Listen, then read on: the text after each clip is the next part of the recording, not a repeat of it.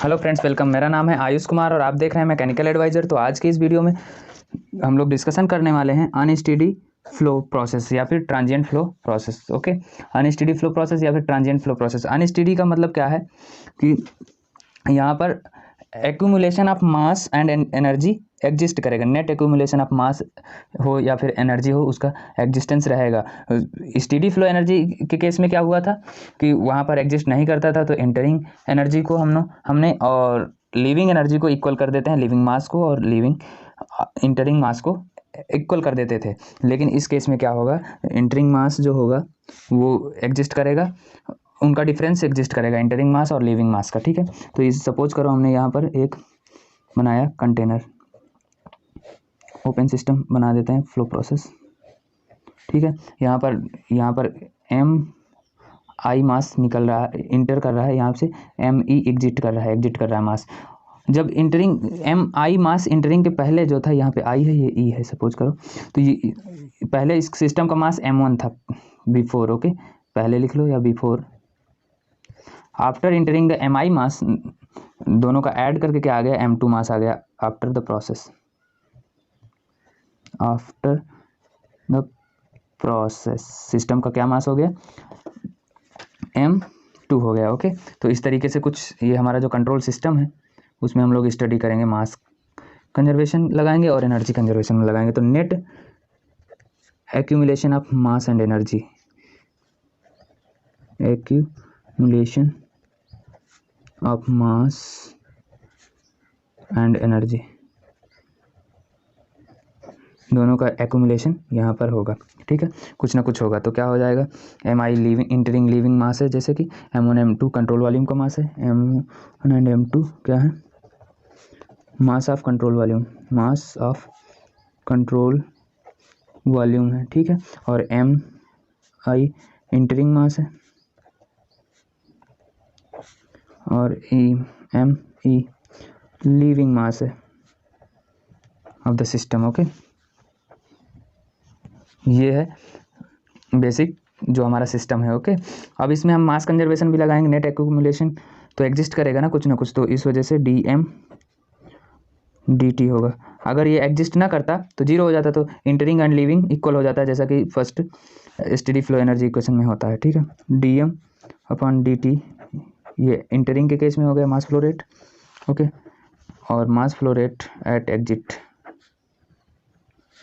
ठीक है, ये हो जाएगा, ये एग्जिस्ट करेगा। ठीक है, तो हम इसको अदर वर्ड्स में इस तरीके लिख सकते हैं, M entering minus M exit, equation 1 मान लो इसको। ठीक है, ओके, अब इसके बाद इसी तरीके से कंजर्वेशन ऑफ मास था, ये कंजर्वेशन ऑफ मास। अब यहाँ पे कंजर्वेशन ऑफ एनर्जी लगाएंगे, एनर्जी का कंजर्वेशन लगाएंगे तो क्या हो जाएगा, DE और DT control volume equals to D energy flow rate at exit minus का energy flow rate at entering minus exit होगा। ओके, तो इस तरीके से एनर्जी कंजर्वेशन हम लोग लगाएंगे। तो अब यही है accumulation of energy and accumulation of mass. ठीक है, जो यहाँ पर दिया हुआ है, जो एग्जिस्ट करता है। तो इसी तरीके से हम लोग इस सिस्टम का सारी एनर्जीज को लगाएंगे और मास को लगाएंगे। ठीक है, कंबाइंड करके, तो फिर उसके बाद हमको अनस्टेडी फ्लो का जो इक्वेशन है वो मिलेगा। ठीक है, तो अब इसको क्या करेंगे, इसको भी लिख सकते हैं उसी तरीके से, डाट से हम दिखा देते हैं रेट को। तो यहाँ पर स्टेडी फ्लो एनर्जी की क्वेश्चन के टर्म में लिखते हैं, जो इसमें एनर्जीज हैं क्या है, M1 MIHI, कैपिटल HI भी लिख सकते थे इसको हम लोग, MI। अगर ये क्योंकि मास पर यूनिट एंथैल्पी पर यूनिट मास है, इस वजह से मास का मल्टीप्लाई कराना पड़ा, C²/2 हो गया CI। वेलोसिटी है, यहाँ पर V वॉल्यूम को रिप्रेजेंट करता है, इस वजह से हमने इसको ऐसे कंसिडर किया है, और Q है। ओके, ये तो होगा एंट्री लेवल पे, एंट्री पे। ठीक है,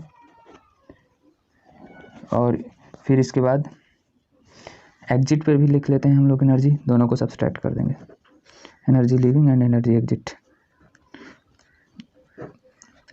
MEHE plus MEC exit velocity plus MA Z1 ZE हो जाएगा, और यहाँ पर वर्क ऑफ कंट्रोल वॉल्यूम होगा। यहाँ पे एक मिसिंग हो गई, पोटेंशियल एनर्जी को नहीं हमने कंसीडर किया था, तो उसको भी लिख लेते हैं MIGZ1, ओके, प्लस करके, ठीक है।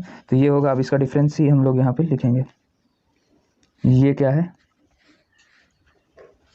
ये एग्जिट की है और ये है एंट्री की एनर्जी, ठीक है। अब यहाँ पे इसको लिखते हैं हम लोग, तो क्या होगा, दोनों को डिफ्रेंशिएट कर देंगे और फिर इसके बाद क्या करेंगे,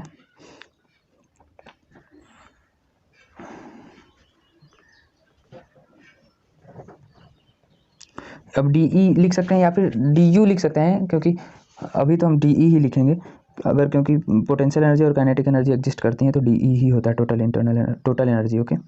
तो इस केस में क्या हो जाएगा, ऑफ कंट्रोल वॉल्यूम, तो यहाँ पर क्या होगा,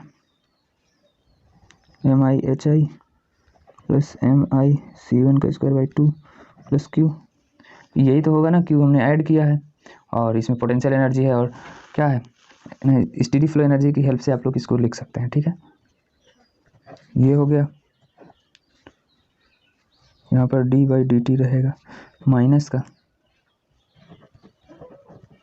यहाँ पर क्या हो जाएगा, इसको लिख दो MEHE प्लस MECE का square by 2 plus MEGZE plus work of control volume, ठीक है। Change in kinetic energy and potential energy, change in potential energy is 0, ये 0 हो जाए तो क्या होगा हमारा, तो हम DE को हम इंटरनल एनर्जी बोलेंगे, जो भी एनर्जी अब बचेगी वो इंटरनल एनर्जी हो जाएगी, तो हम DU/DE लिख सकते हैं कि नहीं लिख सकते, DT, okay, of control volume equals to d/dt of, क्या बचेगा, पोटेंशियल एनर्जी, और काइनेटिक एनर्जी 0 हो जाएंगे, तो यहाँ पर पोटेंशियल एनर्जी क्या है, सॉरी यहाँ पे मिसिंग हो गया था, MGZ1, ठीक है। तो ये पोटेंशियल एनर्जी चली जाएंगी और काइनेटिक एनर्जी का इनका change in kinetic energy and potential energy 0 है, तो क्या होगा, इनका काम खत्म हो जाएगा। तो फिर अब क्या बचेगा, यहाँ पर ओनली बचेगा क्या, MIHI प्लस Q बचेगा माइनस का d/dt, क्या बचेगा, MEHE plus work of control volume, ठीक है, इतना बचेगा। तो इस तरीके से अब हम इसको रेट के फॉर्म में लिखा ही है, डॉट के फॉर्म में लिख लेते हैं, इस फॉर्म में अगर लिखना चाहें, या फिर इसको भी हम लोग ऐसे लिख सकते हैं ना, मास flow rate HI plus Q dot, okay, minus का MEHE plus work flow rate, ठीक है।